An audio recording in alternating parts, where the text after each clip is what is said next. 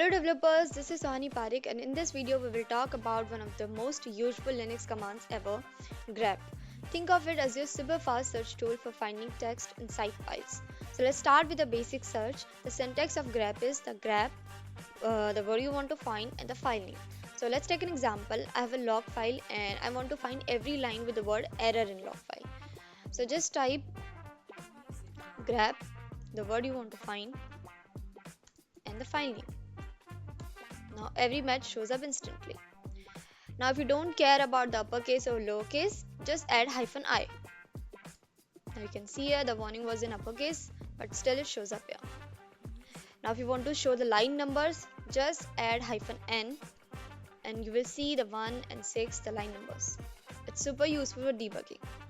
And to search across multiple files, just use star. Now here I'm finding the word developer in every CSV file. If you click enter, you can see the results here. So yeah, that's basically grep.